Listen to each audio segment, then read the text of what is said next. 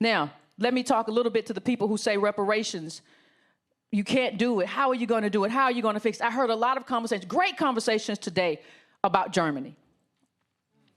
And those were wonderful conversations. But I want to say that it's not just Germany. We're talking about Japanese Americans in this country. And I want to be very specific. Not all Asians received reparations. I want to be specific. Not all Japanese received reparations. It was specific to a harm for those who had been interned and their heirs. It has never been the case that we limit reparations to just that one generation. And let me bring up some other ones as well.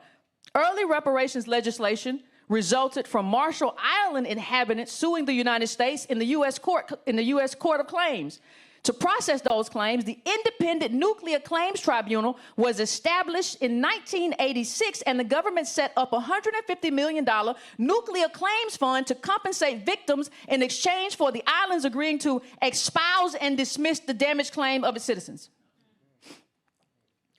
America caused nuclear damage and paid out to people not even within its borders. That fund was created to extinguish liability, and yet even that wasn't the end of the spending. The United States agreed to compensate for harms past, present, and future, which are based on, arise out of, or in any way related to the nuclear testing program, related to loss to damaged persons, property as a result of the U.S. nuclear testing program. Due to claims and damages far exceeding the original amount of the trust fund, between 1954 and 2004, the federal government spent between at least $834 million in 2022 on paying for individual compensation, health care, cleanup, and contaminated sites and housing resettlement efforts.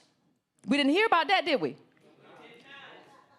By December 2004, the Nuclear Claims Tribunal had paid personal injury awards to approximately 2,000 individuals. The program ceased payments in 2011 after the funds were depleted, despite efforts to continue the payouts.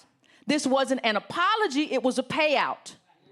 A substantial one, and it wasn't the only program. The second major legislation for nuclear testing reparations was enacted in 1980. After decades of advocacy in 1990, the federal government enacted the Radiation Exposure Compensation Act, RECA, which established a $100 million trust fund to provide compassionate lump sum payments to individuals harmed by exposure to radiation. The program awards tax-free lump sum compensation ranging from $50,000 to $100,000. In 2000, more than half a century after the United States tested the first nuclear bomb, Congress enacted a third major program, the Energy Employees Occupational Illness Compensation Program. The sweeping program of reparatory compensation and justice provides up to $150,000 in cash stipends, plus medical care. Here is President Clinton's executive order. Thousands of these courageous Americans paid high price for their service, developing disabling or fatal illness. While the nation can never fully repay these workers, you heard that before, right? You can't fully repay it, but we're going to give you some money. They deserve recognition and compensation for their sacrifices. This is not symbolism. These are payments. This is what reparations looks like. And the reason America knows exactly what it looks like is because America has done it before. We are here at this turning point in the ADOS movement, specifically because of a conversation that we started having about wealth.